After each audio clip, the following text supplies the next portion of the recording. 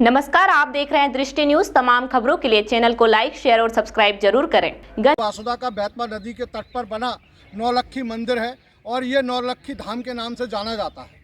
यहाँ पर भगवान जगन्नाथ जी की जो है वो मंदिर है, उनकी यहाँ पे जो है वो प्राण प्रतिष्ठा की जा रही है, क्योंकि यहाँ पर जो पहले से मंदिर था वो काफ़ी पुराना मंदिर था और लगभग ये बताया जाता है कि 100 साल से अधिक पुराना मंदिर होने के कारण वो बहुत जर्जर हो गया था, जीर्ण हो गया था और प्रतिमा भी लगभग जो है वो बदलने की स्थिति में आ गई थी।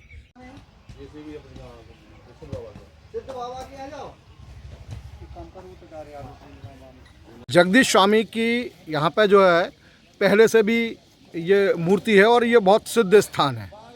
आपने उसको एक नया क्लेवर देने की कोशिश की है और नए जगदीश स्वामी जी को आप वहाँ से पुरी से पैदल यहाँ तक लेके आए। ये अपने आप में एक बहुत अद्वितीय बात है। तो यहाँ पे जो है वो जगदीश स्वामी जी कब से स्थापित हैं और इसके पीछे की क्या कहानी है? भगवान श्री जगन्नाथ भगवान यहाँ पे हमारे श्री जगन्नाथ भगवान श्री 108 बाबा श्री जगन्नाथ दास जी महाराज जी ने यहाँ उनको पधरवाया था। तब से लेके अब तक वही श्री जगन्नाथ भगवान के विग्रह हैं और हम उनके काल में यहाँ दीक्षित भी नहीं हुए थे, इसलिए वो कब से थे और कब कैसा हुआ वो पूज्य शास्त्री जी ही बता पाएंगे।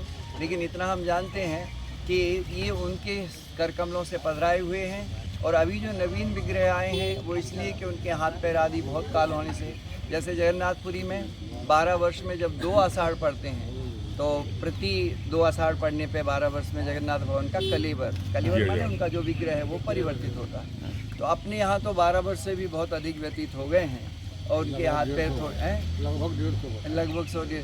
तो इसलिए भगवान उनका नवीन विग्रह को अपना दवियाला भी नवीन बनाए तो उसमें नवीन ठाकुर जी विराजमान हो, तो उसके लिए अपन ने जगन्नाथपुरी से विधिवत आचार्य बुलाए हैं। उनके आचार्यत्व में विधिवत सांग पूजा विधिवत संपन्न होगी और वो ठाकुर जी अपने यहाँ रथ यात्रा होती है, फिर नवीन विग्रह जाएंगे। ऐसा है भगवान उसके विषय में। जहाँ मूर्तियाँ विराजनी है हाँ, उस स्थान का काम हाँ लगभग पूरा हो गया जसपाल भैया। इसमें सीताराम जी की और दासनाम जी की, यहाँ पे भगवान जगन्नाथ भगवान, उनके संग में सुभद्रा, बलभद्र, नवग्रह, दशावतार और आपके महालक्ष्मी, श्री देवी, भूदेवी, लीला देवी, ये सब पार्श्व देवता होंगे। अच्छा, ये जो कार्यक्रम स्थल है ये अपन कितने बड़े क्षेत्रफल में कर रहे हैं और कौन कौन सी व्यवस्थाएं यहाँ पर कर रहे हैं? यहाँ पे तो लगभग सभी व्यवस्थाएं भगवान 2 किलोमीटर का क्षेत्र है। इसमें अपन डॉक्टरों को भी बुला रहे हैं, अपने कुछ वैद्य भी रहेंगे, शासन की व्यवस्था है वो अपन को यहाँ पे नौका आदि भी लगाएंगे तो कोई घटना ना हो पाए। इसके अलावा हमारे RSS वाले, बजरंग दल वाले ये सेवा सहयोग कर रहे हैं और यहाँ कथा और रामलीला के माध्यम से, यज्ञ के माध्यम से सभी का कल्याण हो। कोई ये एक विशेष उसके उद्देश्य नहीं हो रहा है। इसमें तो महात्माओं का उद्देश्य सर्वजन हिताय सर्वजन सुखाय है, वो विशेष रूप से यहाँ संपन्न होगा। यज्ञ में किसी को भूखा नहीं रहना चाहिए, तो उनको शरीर की खुराक भी मिलनी चाहिए और आत्म कल्याण हो, इसके लिए आध्यात्मिक ऊर्जा भी प्राप्त होनी चाहिए। दोनों ऊर्जाओं की यहाँ व्यवस्था है। आप जितना लाभ ले पाएँ वो आपके ऊपर डिपेंड करता है।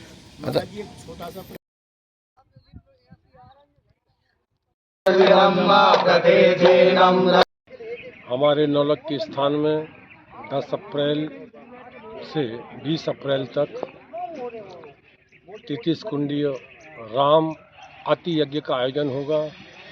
इसी के साथ में सीताराम भगवान की प्राण प्रतिष्ठा, श्री जगन्नाथ महाप्रभु की प्राण प्रतिष्ठा के साथ ही अनेक देवी देवताओं, जिनमें दशावतार, गरुड़ जी, धरा देवी, लक्ष्मी देवी हैं, सभी की स्थापना विधि विधान पूर्वक संपन्न हो रही है और इसका उद्देश्य है सर्वे च सुखना संतु सर्वे संतु निरामया। विदिशा जिला ही नहीं अपितु संपूर्ण मध्य प्रदेश, संपूर्ण भारत, क्या कहें संपूर्ण विश्व निरोगी, स्वस्थ और अच्छे विचारों वाला बने।